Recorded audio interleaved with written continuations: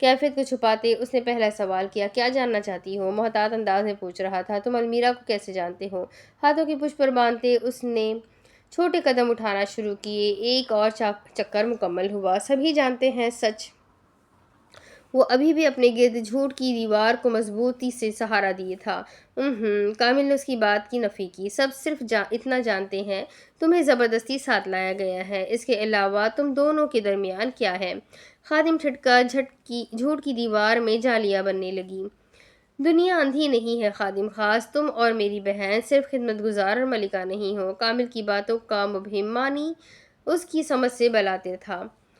جو کہنا ہے صاف کہو۔ جانتے ہو ماضی میں ایک ملکہ تھی، غالباً تیسری یا چوتھی ملکہ، وہ اب عین اس کے سامنے کھڑی کہہ رہی تھی۔ اسی کی عوام نے اسے زندہ جلا کر راکھ دفنا دی۔ جانتے ہو وجہ کیا تھی؟ ڈرامائی سناٹا۔ سماعت ٹھہری ہوئی۔ اس نے اپنے خادم کے ساتھ مل کر بغاوت کی تھی۔ چند لفظ اور فاتر اسلام اچھل کر سیدھا ہوا۔ چند لفظ اور فاتر اسلام کی دھڑکن کانوں میں سنائی دی۔ چند لفظ جو شاید قدرت نے چاہے تھے سچ ہو جائے۔ ملکہ کو سب معاف ہے، بس ایک بغاوت نہیں۔ فاتر نے کہنے کو لب وا کیے جب کامل نے ہاتھ اٹھاتے اسے روک دیا۔ اگر کسی کو بھنک بھی پڑ گئی کہ ملکہ روایت کے ساتھ بغاوت کر رہی ہے تو قلعے میں خون ہی خون ہوگا۔ ایسا کچھ بھی نہیں ہے۔ ہاتھوں کو سختی سے بھیجا۔ المیرا کی جانب یہ سب اسے سننا پڑ رہا تھا۔ امید تو یہی ہے، کہتے ساتھ اس نے پیچھے کی طرف قدم اٹھائے۔ خیر میں چاہتی ہوں تم المیرا سے بالکل دور ہو جاؤ، اسے تنہا چھوڑ دو تو میں تمہیں یہاں سے بھگا دوں گی۔ یہ ایک حاکم کی بہن کا نہیں بلکہ ایک آزاد حاکمہ کا تم سے کیا عہد ہے۔ پیچھے کی طرف قدم اٹھاتی وہ ساحرہ دور جا رہی تھی۔ فاتر کی ہونٹ بے اختیار ایک طنز مسکراہٹ میں ڈھلے۔ دیکھتے دیکھتے وہ مسکان ہنسی میں اور پھر اونچے کہکہے میں بدل گئی۔ چہرے کو ایک ہاتھ سے ڈھانپے وہ مرد دل کھول کر ہنس رہا تھا۔ کامل اسے نظر انداز کرتے میز پر رکھے نقشے سے کھیلنے لگی۔ مطلب ہر دنیا میں عورت کی صفات ایک سی ہے۔ ہونٹوں پر ہاتھ رکھتے وہ ہنسی کا گلا گھونٹ رہا تھا۔ مطلب تم چاہتی ہو میں المیرا سے دور ہو جاؤں؟ اگر ایسا ہے تو تم آج ہی مجھے واپس بھیج دو، کیونکہ المیرا سے تو میں خود دور جانا چاہتا ہوں۔ کامل بنا کچھ کہے نقشے پر انگلی پھیرتی گئی۔ یا سلام، تم نے یہ فضول پیشکش کرنے کے لیے مجھے بلایا تھا؟ حیرت ہو رہی ہے کہ تم ایک مہارانی کیسے ہو۔ میری یہ پیشکش اگلے 3 دن کے لیے قائم ہے۔ چہرہ پھیرتے فاتر کو دیکھا۔ اس کی ہنسی کے فوارے میں ٹھہراؤ آیا۔ میں جانتی ہوں تم ضرور آؤ گے۔ میں کبھی نہیں آؤں گا، تم عورتیں ناقابل اعتبار ہو۔ کامل نے اس کے زہریلے لہجے کے جواب میں زبان بند رکھی، آنکھیں چھپکتے الوداع کہا اور وہاں سے غائب ہو گئی۔ پیچھے تنہا کھڑا فاتر کڑوے تاثرات سجائے اس کی پیشکش پر پہلو بدل کر رہ گیا۔ بھلا اس کے ہونے یا نہ ہونے سے المیرا کو کیا فرق آئے گا؟ عورتیں ہوتی ہی ڈھکوسلی ہے۔ خود کو مضبوط دلیل کا سہارا دیتے اس نے گردن جھٹکائی۔ بہت سال پہلے، دھپ، مصر۔ سفید اور نیلے رنگ کے امتزاج پر کھڑا وہ ریسٹورنٹ میں سمندر کے قریب موجود تھا۔ سفید چھوٹے ہٹس کا فرش لکڑی کا تھا اور اندر میز کرسیاں سفید یا نیلی۔ ایسے ہی ایک جھوپڑی میں 2 لوگ آمنے سامنے بیٹھے تھے، سرمئی اور نیلے ٹو پیس پہنے۔ ابوالاسلام ظہور کا گھڑی والا ہاتھ میز کی سطح پر تھا، اس کے سامنے سبز گلابی عبایا اور گردن میں جھولتے دوپٹے کو ڈالے صدیقہ بیٹھی کر خط نگاہوں سے گھور رہی تھی۔ جینز پہنی، ٹانگ ایک دوسرے پر رکھے، اس کا ہیل والا پاؤں بلند تھا۔ کیسی ہو؟ ابوالاسلام کا چہرہ اور نگاہیں نرم تھی۔ کبھی گھر میں رکھتے ہوئے تو یہ نہیں پوچھا؟ صدیقہ کی آواز میں طنز تھا جسے سنتے اس ادھیڑ عمر آدمی نے گہری سانس خارج کی۔ واپس آ جاؤ صدیقہ، وہ درخواست کر رہا تھا، میرے لیے نہ سہی ہماری اولاد کے لیے ہی۔ فاریہ بہت خوش ہے میرے ساتھ۔ اس کی ماں کو گھر سے گئے 4 ماہ ہو چکے تھے، تب سے اب تک وہ اپنی ایک دوست کے ساتھ رہائش پذیر تھی۔ اور فاتر؟ وہ بالکل خاموش ہو کر رہ گیا ہے۔ پاکستانی عورت قہقہا لگا کر ہنسی۔ میں یقین ہی نہیں کر سکتی وہ باپ کے ہوتے میری غیر موجودگی محسوس کرے۔ جہاں سامنے بیٹھے مرد نے اسے پچھتاوے سے دیکھا، وہیں جھوپڑی میں موجود کھڑکی سے جھانکو تو تمہیں عین نیچے سیپ اور ریت کے ساتھ کھیلتا ہے 11 سالہ سیپ اور ریت سے کھیلتا ہے 11 سالہ بچہ دکھے گا۔ فاتر کے ہاتھوں سے لے کر اس کے گھٹنے تک سمندر کی ریت سے بھرے تھے۔ ہلکی ہوا اس کے بال اڑا رہی تھی اور ماں کے الفاظ بھروسہ کرنے کی سخت۔ وہ جس عمر کے حصے میں ہے اسے باپ سے زیادہ ماں کی ضرورت ہے۔ ٹھیک ہے، پھر اسے بھی میرے پاس بھیج دو۔ صدیقہ نے ہاتھ ہوا میں جھلایا جیسے یہ تو کوئی مسئلہ ہی نہیں، تم اسے کیسے پالو گی؟ ابوالاسلام نے کہتے ساتھ میز کے قریب رکھے بستے سے ایک لفافہ نکالا۔ میری فکر تب کرنی تھی جب ہم ایک چھت تلے تھے۔ صدیقہ نے پرس میں سے ایک شیشہ اور سیٹنگ پاؤڈر نکالتے کہا جب اس کے ہاتھ وہیں تھم گئے۔ Setting powder. میز پر اس کا شوہر ایک رومال اس کی طرف یوں بڑھا رہا تھا جیسے اگر کوئی دوسری طرف سے دیکھتا تو یوں کہتا ہاتھ پکڑنا چاہ رہا ہے۔ مجھے تمہاری فکر ہمیشہ رہتی ہے۔ آنکھ سے رومال کی طرف اشارہ کیا۔